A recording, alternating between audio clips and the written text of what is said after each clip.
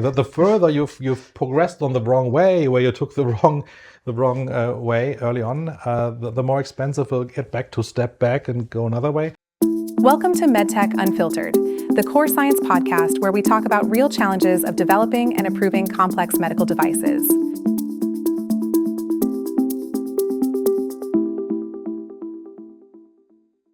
So welcome everyone, welcome to this new episode. This time we'll be talking a bit about cybersecurity. For those of you who have not heard of us before, my name is Lamborghini Sotelo. I've been hosting a few of the episodes here, been doing project management for the past few years and now going into consulting in AI topics. And I'm joined today by Robert. You want to do a brief introduction of yourself? Yeah, my name is Robert Feld, and have been working in the medical device industry for more than 20 years. I've been doing software development, a little bit of project management, and for the last few years I've been a system architect.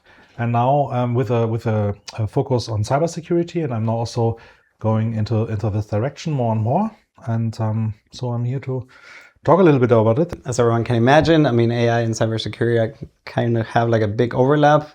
We've worked together for a few years now. As you can imagine, we're both kind of nerds. I mean, if you're doing cybersecurity and AI stuff, so we even share, we're rolling dice together, right? We do D&D sessions occasionally. Yeah. So, but we're gonna leave that topic outside for now. We're going to the other nerdy stuff, cybersecurity. Let's just jump right into it. From a fundamental perspective or conceptually, how is cybersecurity different in the medical area compared to like other technologies? And I think it's not fundamentally different, but there are a few differences. I think the most important is probably that in medical technology we always have the safety perspective, because if you operate a server and your server is down for a few hours, you will probably sell a little bit few of your chocolate cookies or whatever, and maybe you lose a customer. But if you have like a defibrillator or an insulin pump being hacked, you might have physical damage to a patient. They might even die. So in this field, we always have the safety of the patient as a number one. And this, of course, since medical devices these days are all, in an increasing number of them is all interconnected. We have an app or we have a cloud or whatever. So cybersecurity also means that if the device gets hacked, the safety is compromised. And so the cybersecurity has gotten into the view of us engineers or developing those devices more and more. You asked what's different. I think one of the differences is that medical devices are usually quite expensive. There's a lot of effort going into development, so they have to last a long time. So hospitals will not buy a new one like you buy new iPhones or something. Every year, right? Yeah. I'm on a few years cycle, but still, yes. So if you bought an expensive device and it still does its job fine, it can last for 10 years or something. And like the development of a company of a device will develop it will sell it for maybe 10 years, and then it will last at the customer 10 years. So it might add up to, 20 years.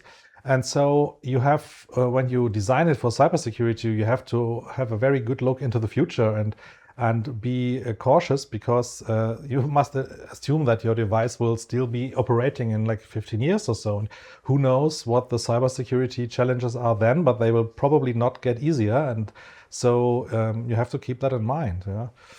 Yeah. So from the first part I get, I mean, so a big difference to other markets is either on a other area, your servers are down and you don't sell cookies, as you mentioned.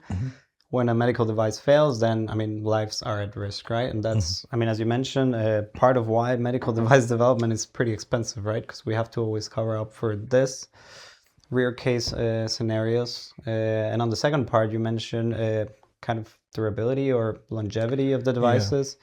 So it's hard to predict as a developer, like, okay, how does this, software that we're going to be using going to be maintained for the next 10, 15 years, right? Yeah. I remember just a quick commercial, because I guess by the time this is published, the webinar you recently had is also going to be available on the website. And I think one of the questions there was precisely what we call this attack surface, how do you call it? Which is increasing every time because of this Internet of Things and connectivity between devices. Now the devices are always connected to the cloud and sharing data. You also have interconnectivity with, you have your smartwatch that gives information to the doctor. So it gets more complex every time, right? How do companies prepare for this sort of future proofing when we see, hey, everything's more connected. Hey, I need my device to be available for 10, 15 years, as you mentioned. Yeah, in some way, the medical industry had to do a bit of a catch up, because for a long time, medical devices were those standalone applications, and like a cybersecurity attack would maybe mean some physical attack on one device. And nowadays we are interconnected and networked. And yes, I think the good thing is you do not, or the other way around, in order to be able to make sure that the device is still safe in 15 years, you have to update its software. And so one of the first and the most important rules that make it updatable on all components that are relevant. If you have a Wi-Fi module or a Bluetooth module, make sure that you can update them over the air or however you are connected to them, maybe even with a manual process, but still they need to be updatable without sending them back to the manufacturer. Yeah. So because this downtime is maybe a danger even in itself, which maybe if the device is not available, this might be a problem. So make it updatable. And then you need to have a good post-market strategy. So how will you monitor for vulnerabilities that come up, and how will you make sure that you can identify, assess them quickly, and then derive the possibly required measures to eradicate them or to mitigate them. And the thing that makes this a little bit different, because you asked before about the differences to normal cybersecurity or mainstream internet cybersecurity, is that if you're operating a server or have an app in the app store, like a game or something, and there's a bug in it, you can just put out an update, and if the update is not perfect, you put out another update. And like some companies will put up an update every week or so, and then something might break and the users are not so happy, but the next week it will work again. But in medical devices, we cannot just put out an update and say, let's keep our fingers crossed that it will work. But no, we have to, of course, be responsible. Not only we want to be, but we have to be. For regulatory reasons, we need to be very strict on what we roll out as an update, and it needs to be checked and double-checked and made sure that it has no side effects on safety, etc., or data protection or whatever. And so, this is a bit more of an involved process as in consumer devices, and you need to be prepared for it. And the things you do right in the development, the concept you apply there to make it not only have one layer of security, and if it gets breached, you have a big problem, but to have multiple layers, to have good, solid protection about your assets will reduce the chances that you have to do some kind of how you call it, like a emergency operation to get the bugs out in the field. Yeah. I would like to circle back to this thing you mentioned. How do we think about safety, right? And I think there's this concept called safety by design. Can you tell us a bit about it? Yeah, or in this context, cybersecurity, like secure by design, is often what you hear, and that basically means that you put or you consider security topics with every decision of the development process, and it's never too early to start. Even if you think about the concept of the device, you can still have it in the back of your mind. It should not keep you from doing it, but from developing a certain product in most cases, but it will probably give you a better idea on what you can expect you have to do in order to make it safe. And so if you start with the development of the first requirement specifications, you also should think about how to handle certain things. For example, what kind of roles of users will there be for operating it? Will there be like the patient and the caregiver and the administrator and a service technician? And from a from a like use case point of view, I have often seen medical devices where most of the use cases were non-medical, like setting it up, updating it, and even taking it out of operation. Like if you have to shut it down, what do you need to do? And all those things need to be considered so that, then if you have a solid foundation, you can make informed decision and say, okay, maybe this feature is not worth it. I will even, not because it's not possible technologically, but it might cost too much in the end, or it may not advisable. From a risk perspective, from cybersecurity risk perspective, and on the other hand, you can make sure that the features you have are well planned for. And then, then comes all the steps, all the cybersecurity analysis stuff you do. I think I talked about it in the webinar. Then at some point, after doing the architecture, etc., and make it secure, then there will be implementation, and that some people still only start to think about security when they start implementing. Like, don't write bugs while writing your code. This is of course very important, but it can be much too late at that point, because if the requirements are not well done, and for example they don't cover certain things, like what happens if you lose a password. It's a typical thing that can happen, has happened to all of us. And so you have, with the device, you have to have a strategy for password recovery. Yeah. And you should think about that early on, because this might involve some things with a service provider who has to give you a certain code via telephone, or there's a database with some factory reset codes, whatever. There's all kind of possible solutions there. But you should think about it early. And for example, if you have if your device has a setup mode or a service mode that can give you very deep possibilities to change things and maybe give it an insecure configuration, etc., then you might want to protect that by, for example, there has to be a physical button press in addition to some, I don't know, RFID that you hold close to it or so. And so those are things that require hardware. So if you're only leaving cybersecurity to the software guys, the poor guys then stand there with all the mess that's probably there and say, okay, what can I do? How can I prove there's a person in front of the device when you forgot to put a button on it, And so the earlier you think about it, the easier it gets later on, and the less unpleasant surprises you will find during development. Like, how much CPU power do we need to calculate those encryption algorithms? You should of course think about it early, before you pick the CPU. And if you end up in the end with compromises in cryptography just because your chip is not fast enough, then it's not a good situation to be in. And then, as you mentioned also in the webinar, the changes are more expensive, right? Because if you're already kind of deploying and testing and figure out, hey, we need to encrypt this, and our processor is not enough, then you have to change a lot of stuff in the device, I would say. Exactly. The further you've progressed on the wrong way, where you took the wrong way early on, the more expensive it'll get back to step back and go another way. Yeah. So I like that you mentioned that developers should think about the different users within the device, because one usually thinks, hey, I want to do an AD like we do, for example, and the end user is going to be the lay person. But of course, you have all these other people, like the people maintaining the servers of communication, the people given the actual maintenance to the devices and all that. In that aspect, I don't know if you could tell maybe where do most of the breaches happen? Yeah, I think the most severe attacks that we see today and the most happening most often are those ransomware attacks on clinics, usually on larger institutions, where attackers will sometimes for years try to find a way to enter their networks.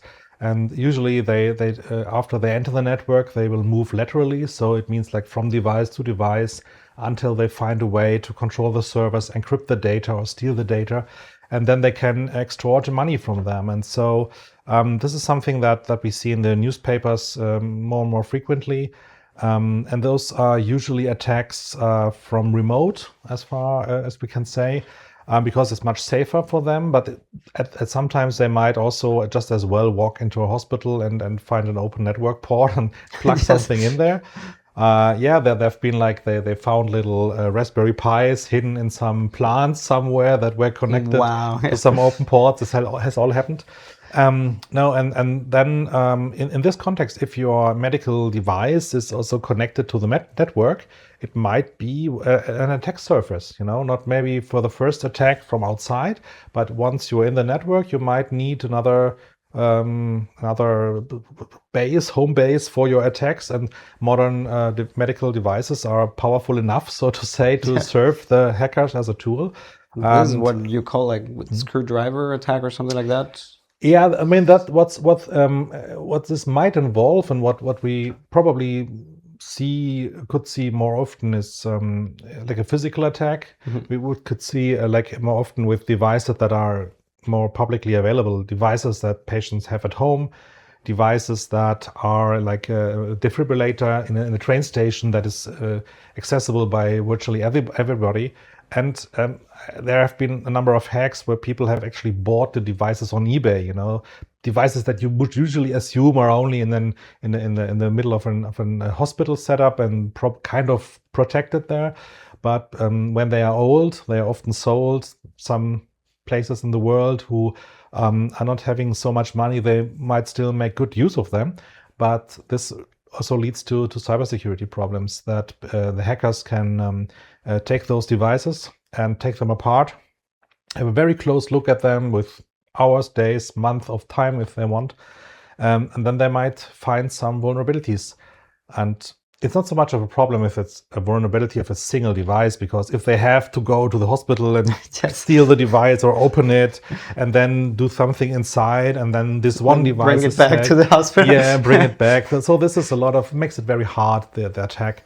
But if they manage, for example, to extract some cryptographic credentials that are maybe shared between devices, which is always can be a problem, but like if they manage to find some weakness or extract some data or credentials that might be used for further attacks on these devices, maybe from remote, then they have found a way to profit from this screwdriver eBay attack they do. And so this is an attack scenario that is also, coming back to the first question, is a bit different to many applications in the cloud, for example. So if you have a Google server somewhere in the cloud, then it is in a very secure place, and there's a guard in the front, and the guard has maybe a dog with him, and this is all part of the cybersecurity.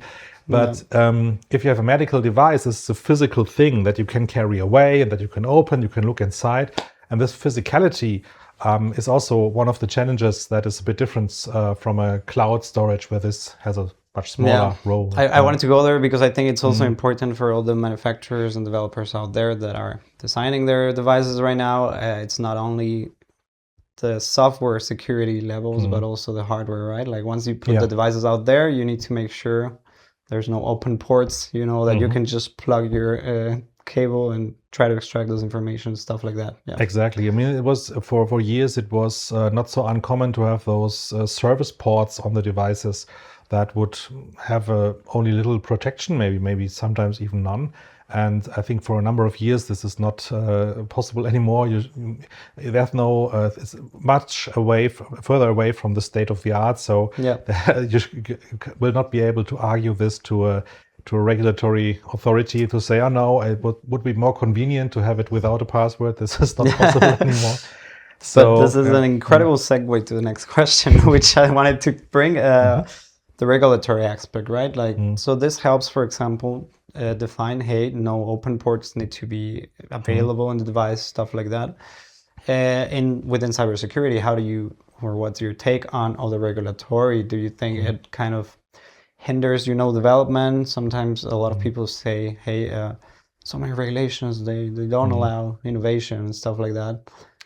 What's your take there? Yeah, I wouldn't say they hinder you. I mean, it requires, when new regulations appear, it's always a bit painful to go to read through them to make sure that your processes or your devices are developed according to them. But in this case, for cybersecurity, as in many other cases, those regulations actually are helping you. And even though there is some work involved to set them up, it will in the end usually pay off for you, because for cybersecurity there's this very prominent standard. It's called the 81001-5-1, and it is for cybersecurity in medical devices and medical software rather, but this includes the software running on medical devices. And it's basically telling you how to develop secure software. It's not about the properties of the devices, but of how you do it. And this is helping you if you follow it, because there's a lot of experience and knowledge from years of industry development condensed into this standard. It is a standard that has been derived from a standard that was developed for industry automation systems. And as there has been a gap, or had been a gap in the regulation for cybersecurity in medical devices, at least in the European context, the FDA was a bit early on with those. They have been a bit stricter traditionally.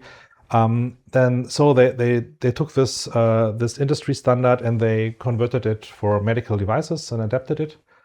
And it will give you a number of requirements for the processes, for the activities you have to do during development. And those includes things like those security reviews, security requirements. So write down what you need to do, not just have it in the back of your mind, but actually write it down, review it, verify it.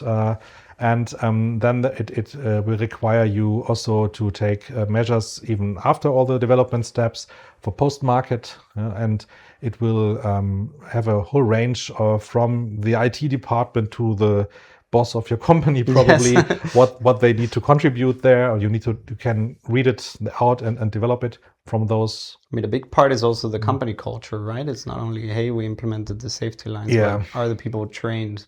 Yes. Awareness is a very key, important factor here, because, I mean, we have gone some way there, I think, as an industry, but we are not there yet, and we will probably never be in a place where we say, okay, now everybody knows enough, it's fine. No, and it's not about the knowledge and the skills. I mean, not everyone involved in the process needs to have all the cybersecurity skills, of course, but they have kind of to know when to ask an expert.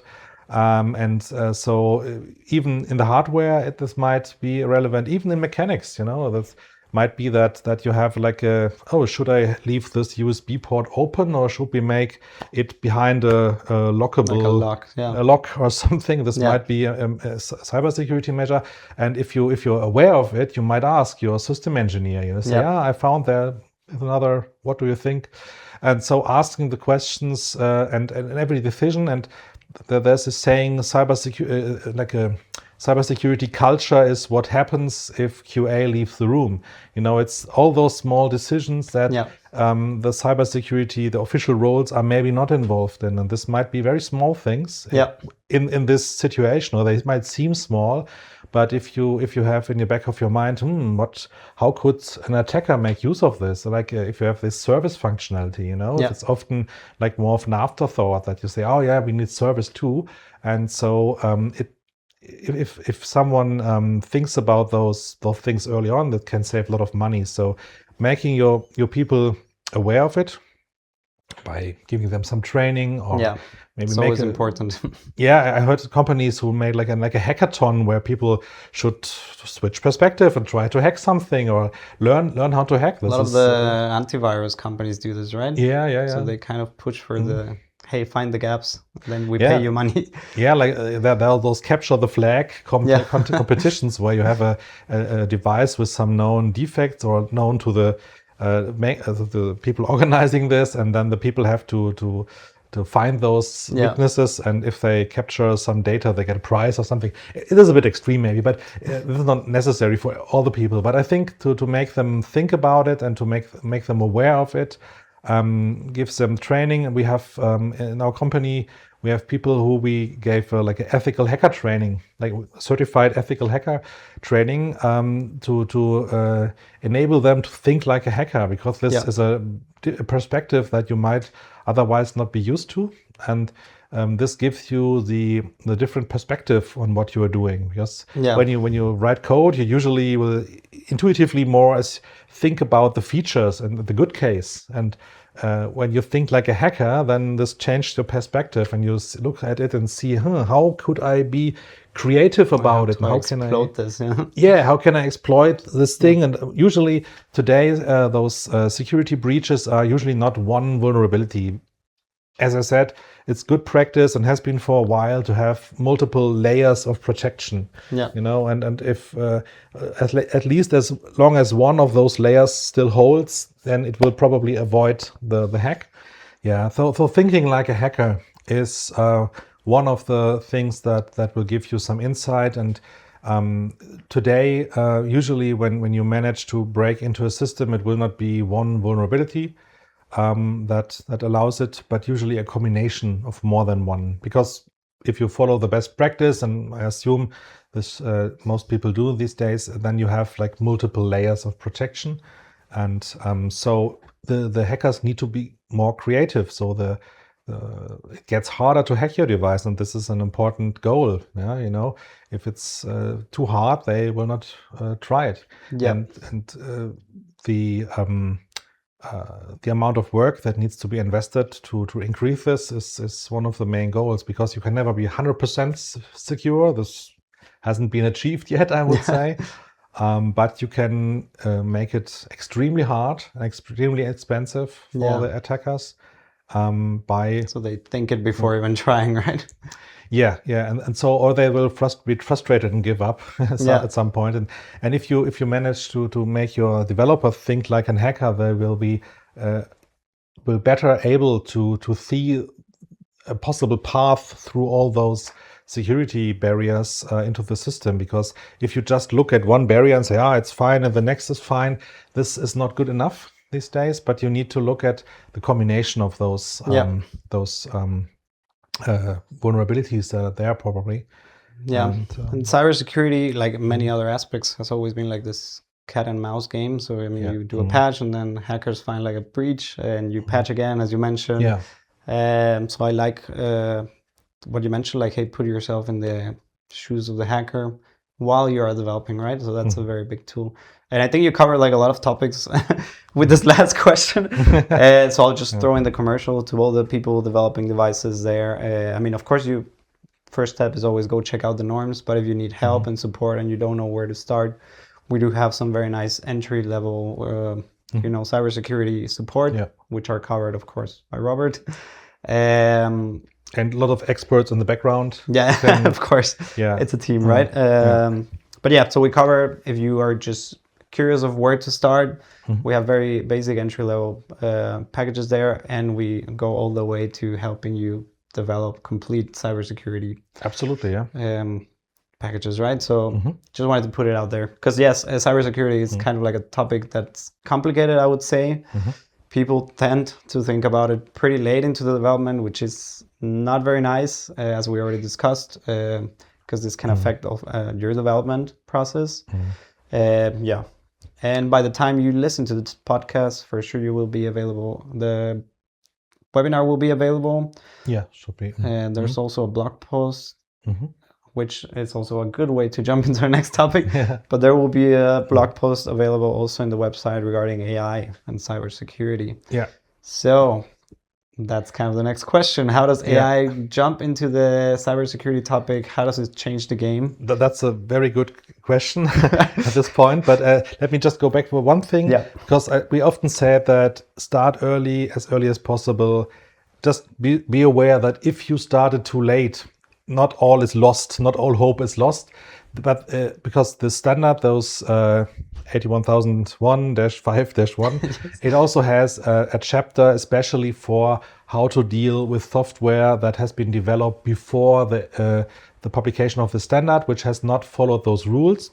and it's not it's not in like a shortcut. You still have to do a lot of things then, but it still gives you some way to bring it up to speed, so to say. But I have to say the first option that is given is rewrite it all. But after you read it and you're a bit in a shock state, then there's or do the following, and then comes a long list of steps. But it's still possible. But it might require some redesign, but it's not all hope lost. You can still do it. It's possible. Yeah.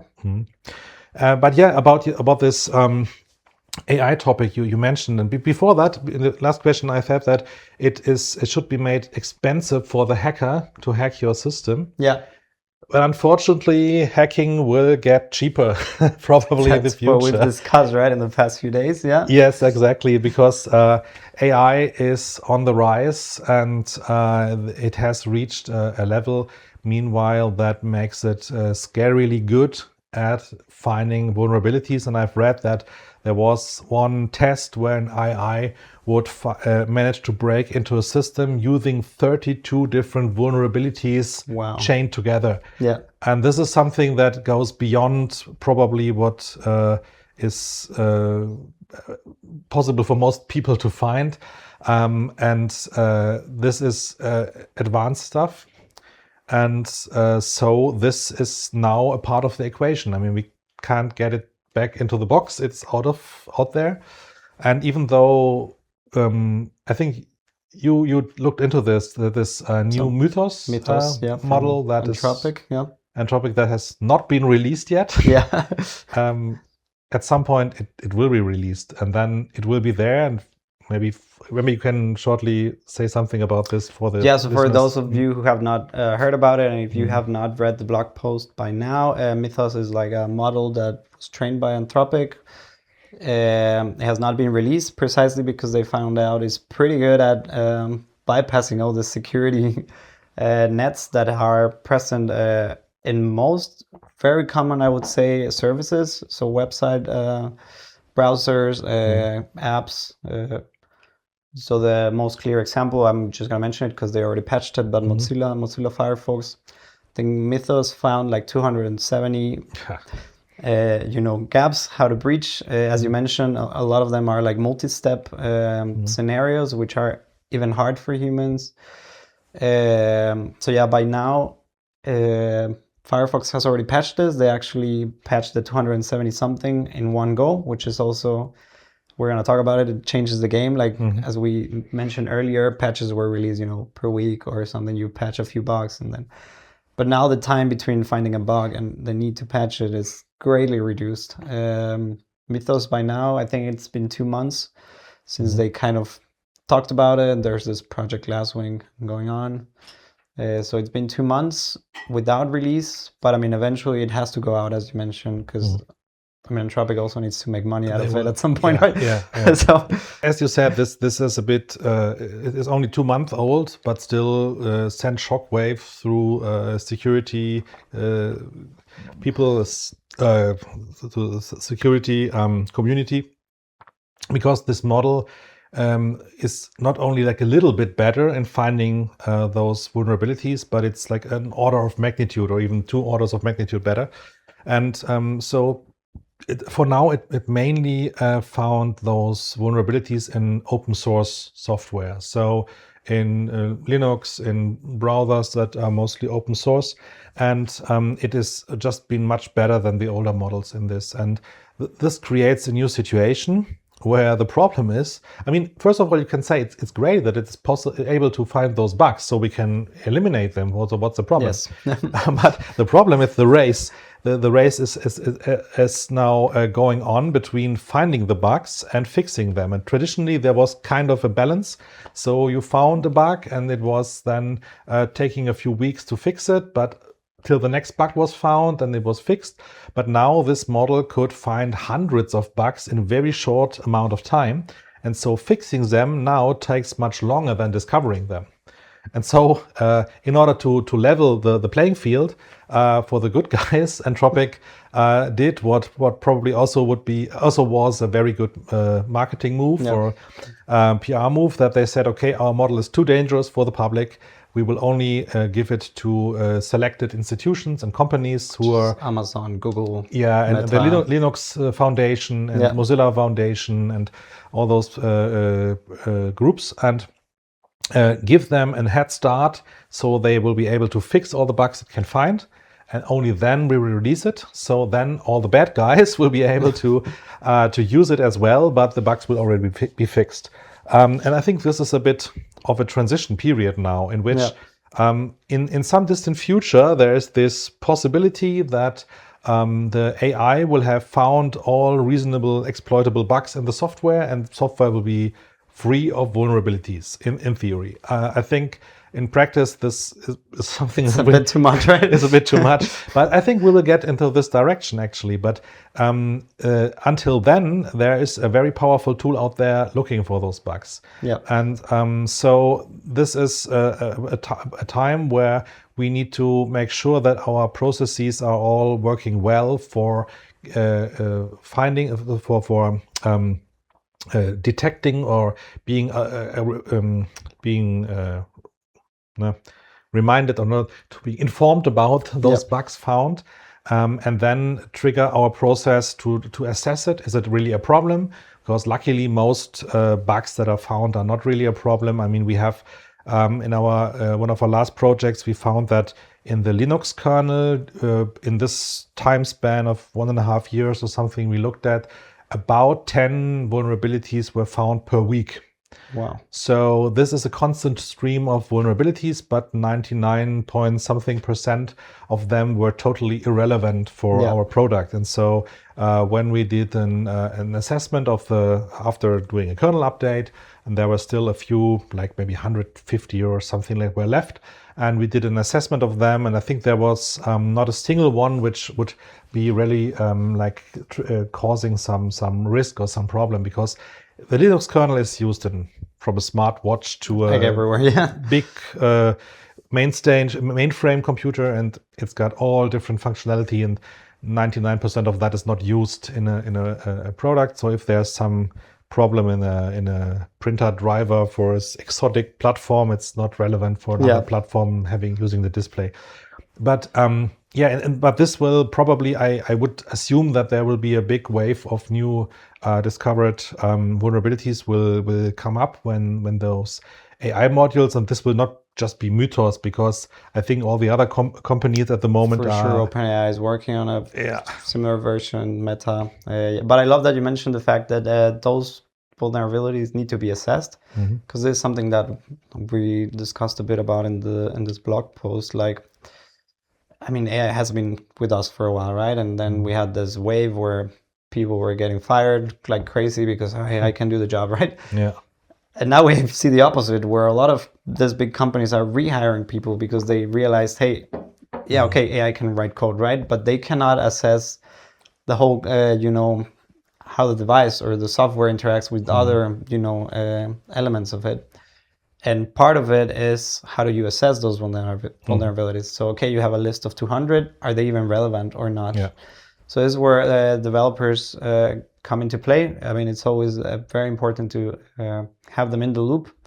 I would never recommend to have an AI also, hey, identify the bug, please patch it, test it, and then deploy it. Yeah. And this is very dangerous also. I mean, I do AI consulting. I love AI, but you have to have always the human in the loops.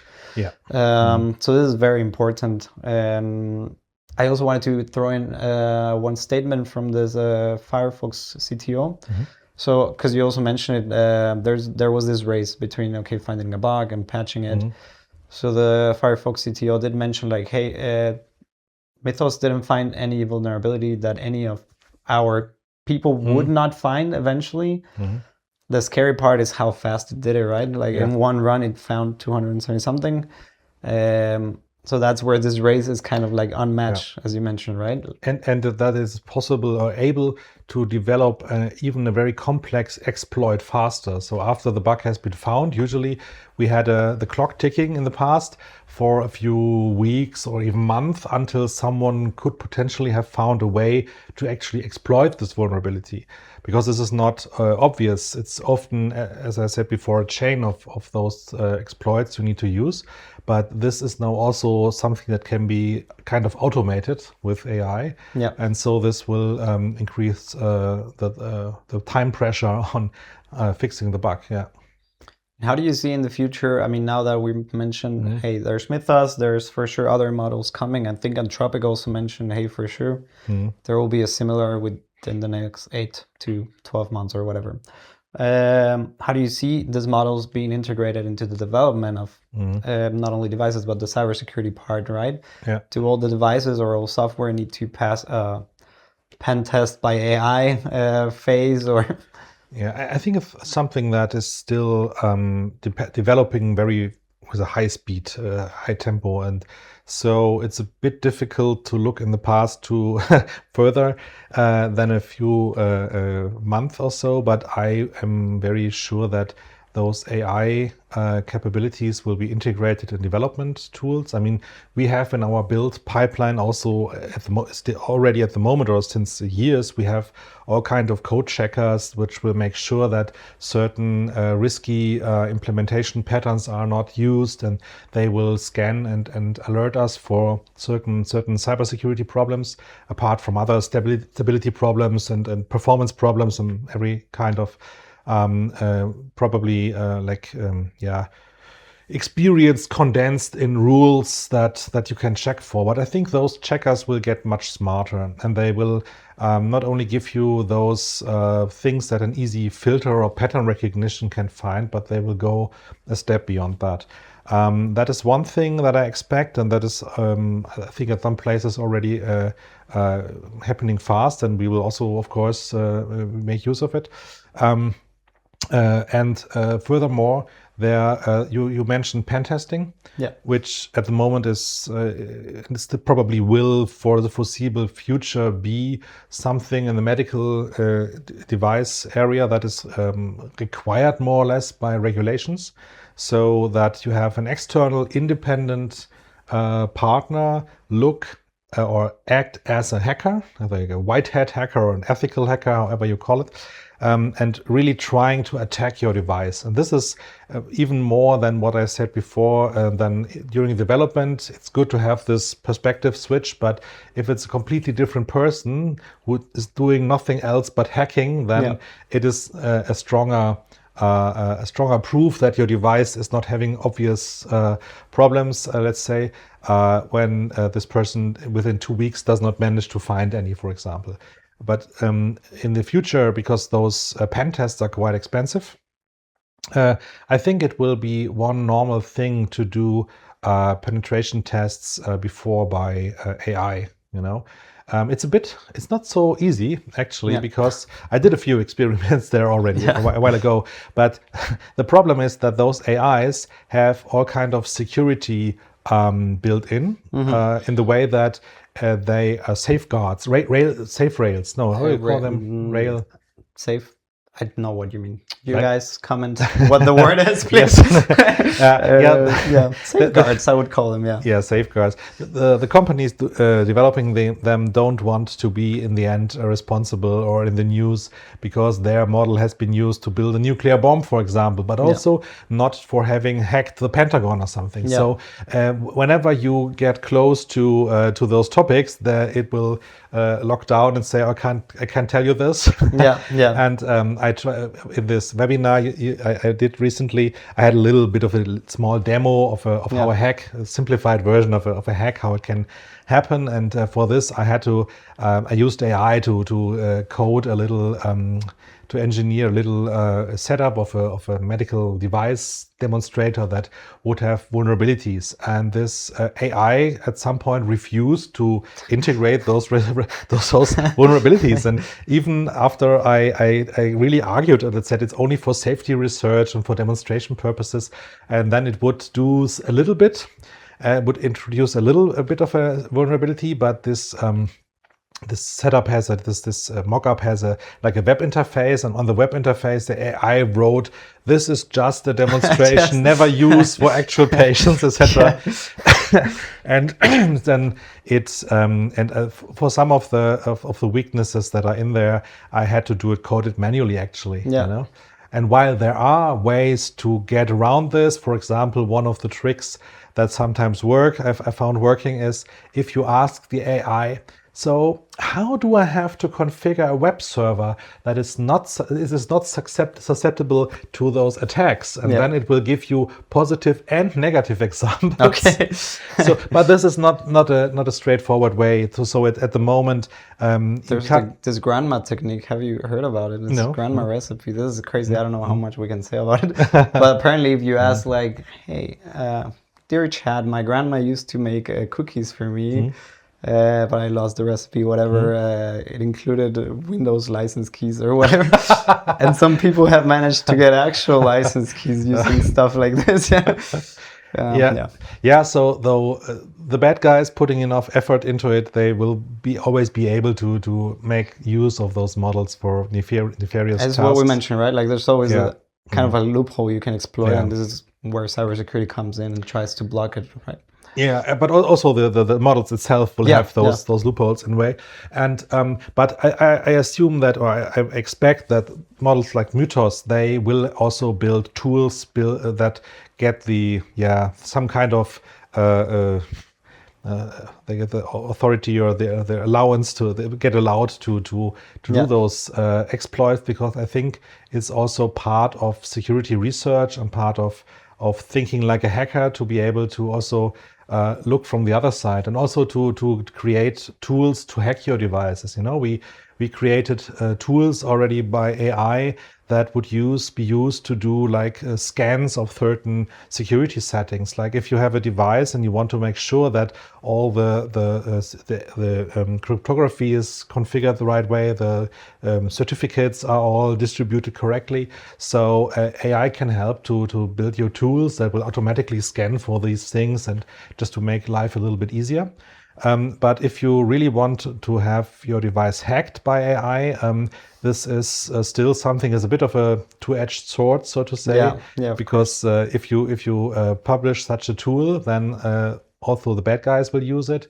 And but if you so to say you censor yourself and you say, as a company offering such development tools, no, we won't do it, then you also leave something on the table that would be really helpful for companies to test their devices. But I think there will be some way will be found, and those tools will become better and help us to test the devices before we have an actual human do the final test. And we have to pay this human quite a lot of money to do it, because those are really good experts. And so it will help that they still will need to do the test, but they will probably not find as much as they used before, I would guess.